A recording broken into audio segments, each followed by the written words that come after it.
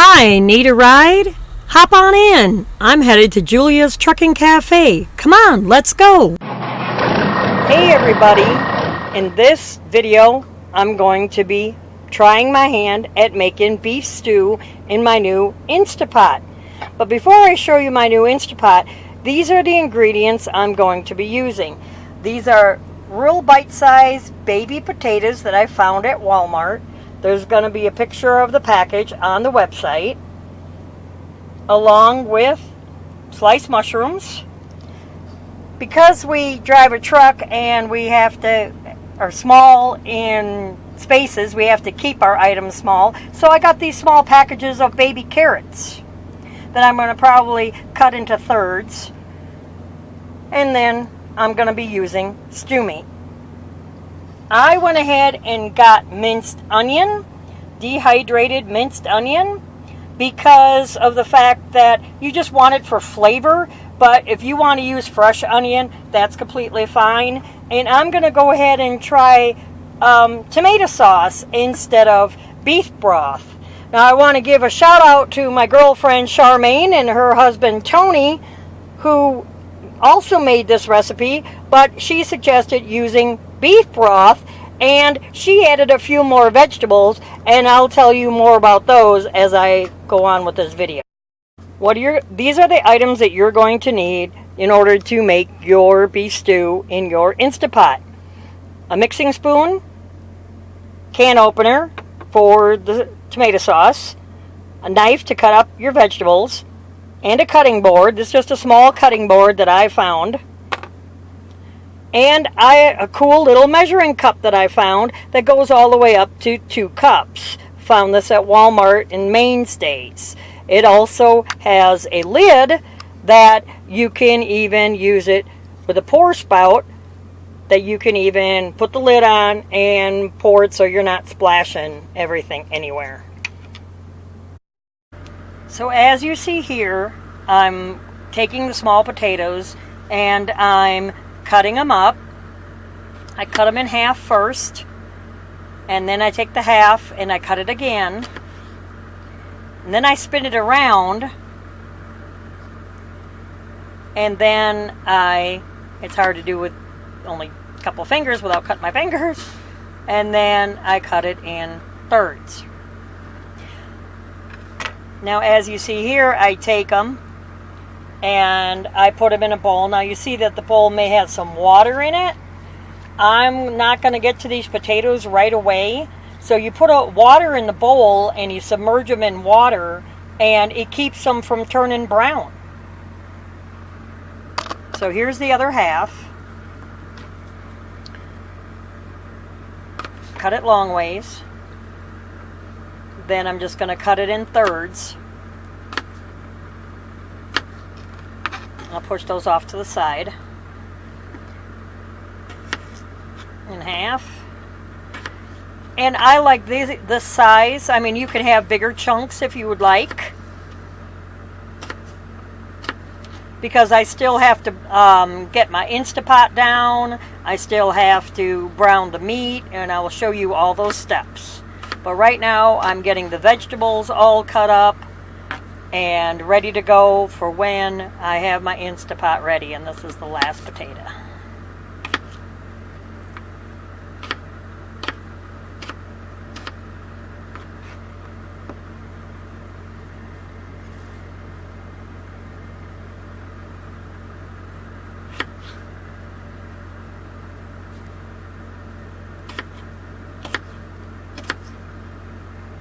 Alright, see you soon. So here are the baby carrots that I bought in this small package like I showed you. And there was like 4 to a bunch. And I'm going to just go ahead and cut these up into, 3 pieces. Or you can even cut them up in half. Just depends upon what kind of size that you like. Now, if you're an aficionado at cooking and you know how to cut and dice and everything, you can skip past this part of the video to where I pull my Instapot down and everything. This is mainly for drivers that really have never really cooked before and giving them little tips and tricks on, you know, the size to cut up and the different kind of vegetables to use. And again, the Charmaine that I mentioned, she also put in her recipe of beef stew, she added broccoli and cauliflower to it, and you can do that. I'm just not a big veggie-holic. I don't eat a lot of vegetables, so potatoes and carrots and maybe some onion are about my most that I would put in my beef stew. This is my Christmas present to myself, my new Power XL Quick Pot. It is a 6-quart pot. It is 1200 watts. I'm going to have to keep my truck running, but as you see here, it includes the recipe book. It also includes bonus a casserole pan and a steam rack.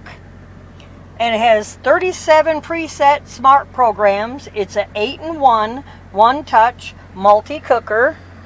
Here it is out of the box. And you have your open and closed, your lock and unlock here. This is the little vent. For the vent up and down is this regular button right here to open and close the vent lock. So now I'm going to go ahead and go through my stew meat, because some of the pieces are okay. They're bite-sized pieces, but other ones are a little bit too big. So I'm going to go through this whole package of stew meat, which is, and I didn't even look, which is a little over £1. And yeah, it's almost $8. So I'm just going to go through some of these pieces and make sure they're cut to where they're bite-sized pieces. So now I have all of my stew meat cut up into bite-sized pieces. As you can see, that £1 makes a pretty big pile. And I like a little flavoring. Now, if you cannot have salt, or you could always use your own variation of this, but I'm going to season this a little bit. So I'm going to put some salt and pepper on it before I brown it, just to give it a little bit of flavor. I don't have problems with my blood pressure. I actually have low blood pressure, so I can have salt. So if you think that's a little bit much, I mean, just adjust it for your needs. Or you could use sea salt, and then I'm adding pepper. Okay? And here, this inside pot is stainless. It's also measured. You could kind of see. Let's see if I can help a little bit with turning on the light. There you go. You can kind of see that there's, a full cup, how many ounces, or the measurements there on the stainless steel pot. So that's kind of cool. And what I'm going to go ahead and do is add some oil to the bottom, and we're going to go ahead and get cooking the stew meat. So now I'm not going to measure this. I'm just going to go ahead and put some oil in the bottom of the pot, 1/8 of an inch on the bottom, maybe a little less, to go ahead and start browning the meat. So I'm going to take by handfuls, and I'm just going to put it in the bottom, cover the bottom. And the reason why I don't have a pot started yet is because I have to start my truck, because this pulls so much wattage that the alternator of the truck isn't really going to keep up, or my APU. So, and I probably have bad batteries. So that's a pretty good size bottom of the pot. So I could fit a lot of this stew meat in here. Again, this is a 6-quart. So here I started my Instapot. I pushed the saute button, and then it has a variety of different meat that you can saute. And right now it's at 340 degrees. And you see that it's browning nicely. And I may have a little bit too much oil in here, but excuse me. I can, this is the first time I'm using this, so it's a learning and progress. So you want to keep stirring the meat to make sure that all the sides are browned. You don't have to cook it a whole lot. You don't have to steam it or anything, but you want to make sure that, see a little pink in there, you want to make sure, whoops, you want to make sure that all that is browned good. Excuse me. So far this is working really good. But like I said, I have to keep my truck running because of so much wattage that it pulls. So I went ahead and added some of the dehydrated minced onion to it. I didn't really measure, I just sprinkled some in there just for, like I said, mainly it's just for seasoning. And I've already shut this off because it got, you know, it's good and brown, and I really don't want it to cook anymore. So it still had 19 minutes to go, but I went ahead and got it all done. And like I said, now this may be a little bit on the greasy side because I added too much oil, but there again, then I know, and you know it's hot when the camera steams up, but I know for next time not to add so much. So like I said, it's a learning process. I'm human, I make mistakes, you know, that's what happens.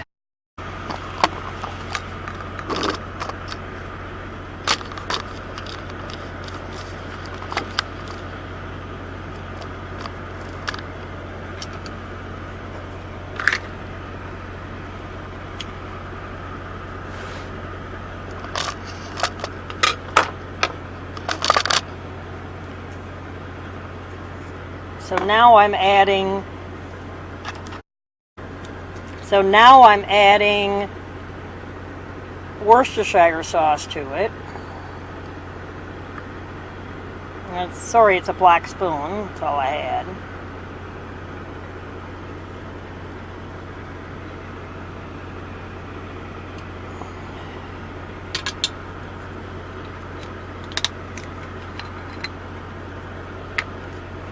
You're going to add about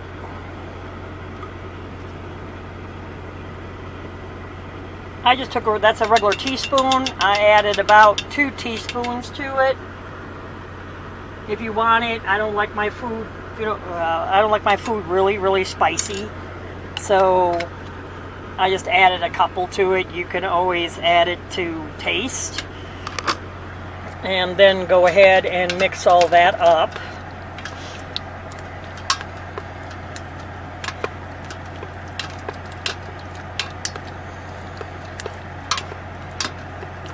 And like I said, I added the onion and everything already to it. And salted the meat. Next I'm going to add the carrots. I'm going to take the potatoes by handfuls. Because of them being in the water, I mean, I could strain them out, but it's just by handfuls. I cook with my hands.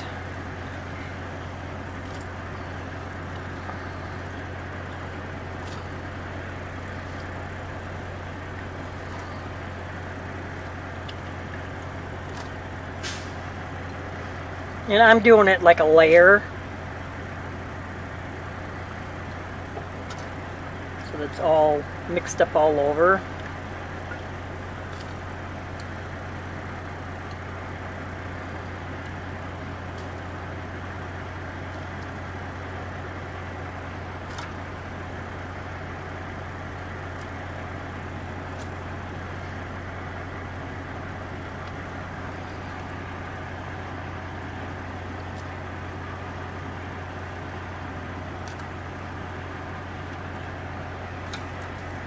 There you go.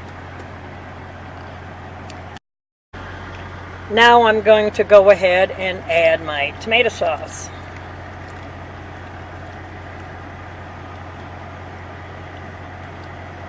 And there's quite a bit in there, so I'm going to go ahead and scrape that out.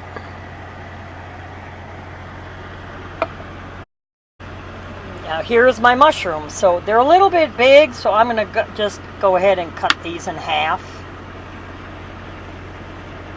See, they're kind of big slices. So I'm going to go ahead and cut these in half, and then I'll add those next. And now I'm going to go ahead and pour the rest of them in. And what I think is cool about cooking with this Instant Pot is it doesn't have to be in any particular order. You just layer it how you want to layer it. So there's still some big pieces in there.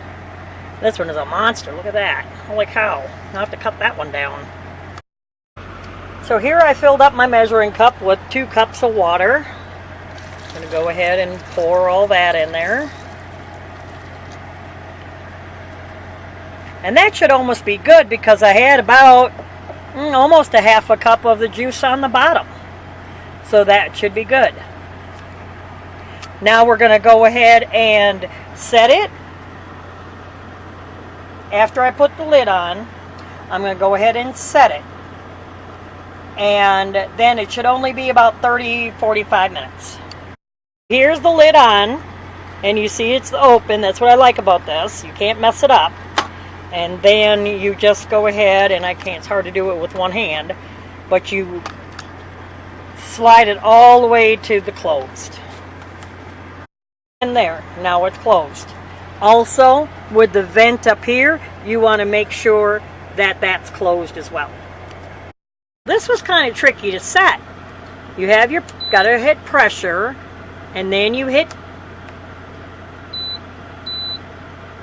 custom, and then you go over to high, and then you hit timer until that blinks, and then you turn it down to the amount of time that you want. I need it for 35. Then you push the button in, and then it's going. So it'll be on high for 35 minutes. So I guess you're wondering, what am I doing with pretzels in a Ziploc bag? Well, silly me, when I was at Walmart, I forgot flour or cornstarch to thicken up the liquid when I made this beef stew. So what I'm doing is I'm playing a little bit of my version of MacGyver. I took about a handful of pretzels because that's all of the items that the truck stop had, excuse me for my pause.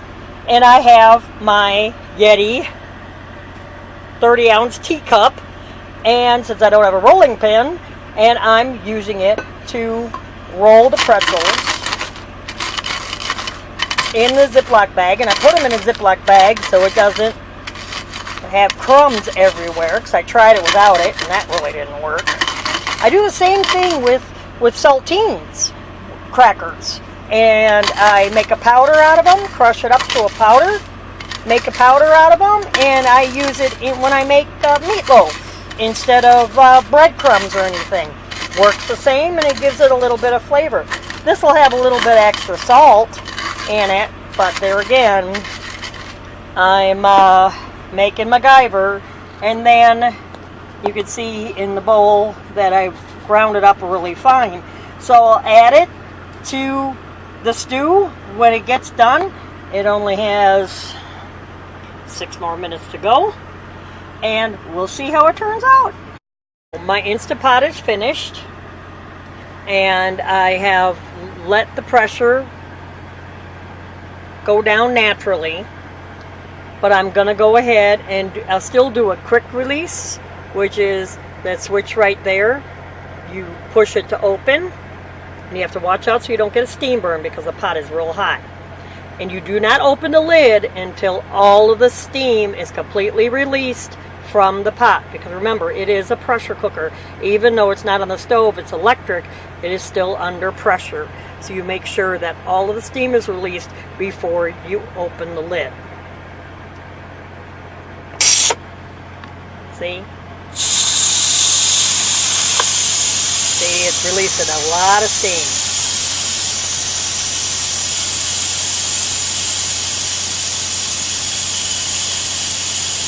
And I have to watch it because it's really hot.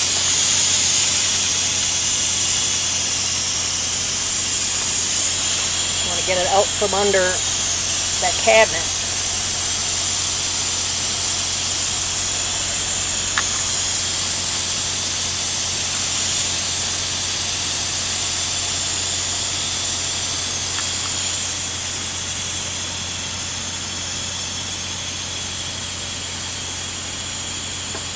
And you have to be real careful with it.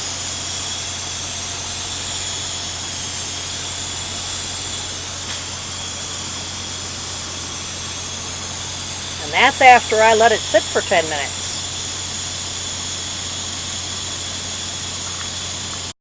Now, all the steam has released. And then you still want to use your handy dandy hot pad. And go ahead and turn it toward the open. See, it went from left to right. And then still you open it this way. You see all the steam coming out? You open it like this so that steam doesn't burn you. And that's what it looks like before I stir it.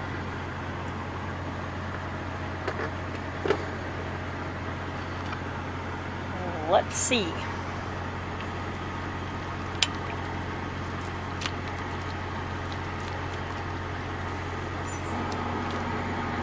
So, like I said, silly me didn't get any flour or cornstarch. And you see how, kind of loose it is, watery it is. So I'm going to try, and this is just for me, I don't have anybody to please but myself. So I'm going to go ahead and try. Got a lot of potatoes in here. Maybe next time I won't have so many potatoes. Let's see if I can get an overhead shot of what I'm doing instead of a side shot.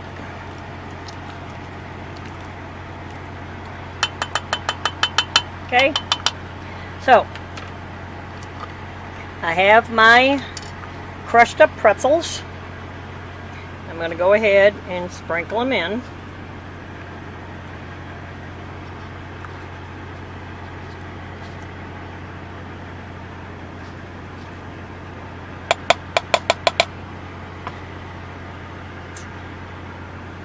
And then I'm going to start kind of mixing it up. There again, if you can't have salt and you have dietary, needs on this, sorry, the camera's kind of going around everywhere. Be very careful about, doing this. Get unsalted pretzels. Like I said, use, what you need to use for your diet. Me, I'm pretty well healthy. So you see how that thickened it up a little bit? It's not quite as runny, but now there again, I have the Instapot off. And as this cools, it's gonna get thick too. So it was about 2 tablespoons of just crushed up pretzels that I used. And like I said, my version of Julia MacGyver. Oop, camera's fogging up again. Back it off a little bit. So it's thickening up because I look at it this way. What are pretzels made out of? They're made out of flour. And if you don't have any flour, there you go.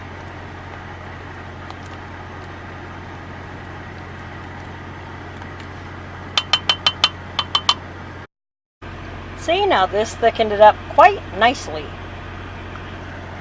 And there it is in the pot.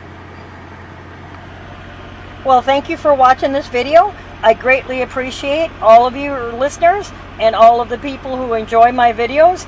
Please like, follow, subscribe to this channel. And I will see you next time on my next video or with my next podcast. Bon appetit.